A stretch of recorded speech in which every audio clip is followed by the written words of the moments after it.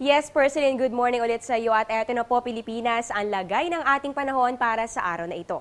As of 4 a.m. kanina namataan po si Bagyong Nando sa layong 120 kilometers east ng Itbayat, Batanes. Taglay po nito ang lakas ng hangin aabot ng 85 kilometers per hour at pabugso aabot naman ng 100 kilometers per hour. Ito po ay patuloy na kikilos pa north-northwest sa bilis po yan na 15 kilometers per hour. Para po sa araw na ito ng Miyerkules, nakataas pa rin po ang storm warning signal number 2 sa Batanes Group of Islands at ang signal number 1 naman sa Babuyan at Calayan Group of Islands. Para po sa magilagay na ating panahon ngayong araw na ito, ang Batanes Group of Islands ay magkakaroon po ng stormy weather o yan po ay masungit na lagay ng panahon. Para naman po sa Babuyan at Calayan Group of Islands, asahan naman po ang mga pag-ulan na merong mga pagbugso ng hangin.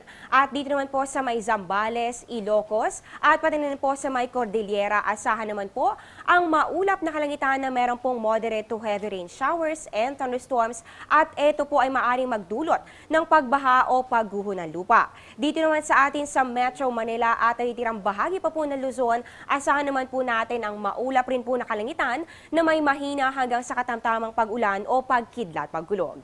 Para naman po sa ating mga kababayan dito po sa Visayas at sa Mindanao area, asahan po ang magandang panahon dahil po yan sa partly cloudy to cloudy skies na meron lamang po mga isolated rain showers or thunderstorms.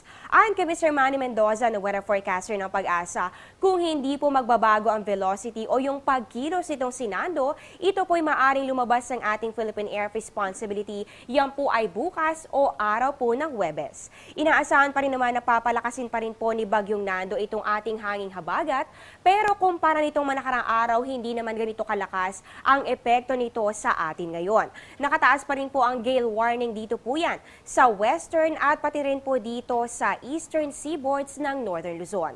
Kaya naman para po sa ating mga kababayan na mga isda, naku, asahan po ang paglaki ng mga alon, so ibig sabihin po niyan, hindi pa po kayo pwedeng pumalaot sa araw na ito.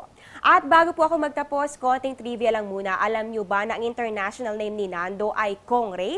Ang ibig sabihin po nito ay magandang dilag sa bundok po yan ng Cambodia. Magbabalik po kami matapos ang isang paalala.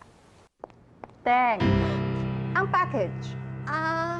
Ma'am, sabi ng Air 21 on the road na. Ano, Teng? Ang package. Ma'am, sabi ng Air 21 na receive na. Okay, very good. Basta padala, sagot ka ng Air 21. May real-time delivery updates via text para worry-free ka. Teng, ang package, napadala mo na? Yes, ma'am, sa Air 21. Sa Air 21, sagot ko, padala mo. At yan ang latest mula dito sa Pag-asa. Abangan niyo po ang kasama kong si Weatherman Harry Bayona. Mamaya po yan sa Good Morning Boss. Kasama niyo po sa balitaan, ako po ang inyong weather lover, Amor La Rosa. Marami pang mga balitang dapat nating tunghayan kaya magbabalik pa po ang balitaan.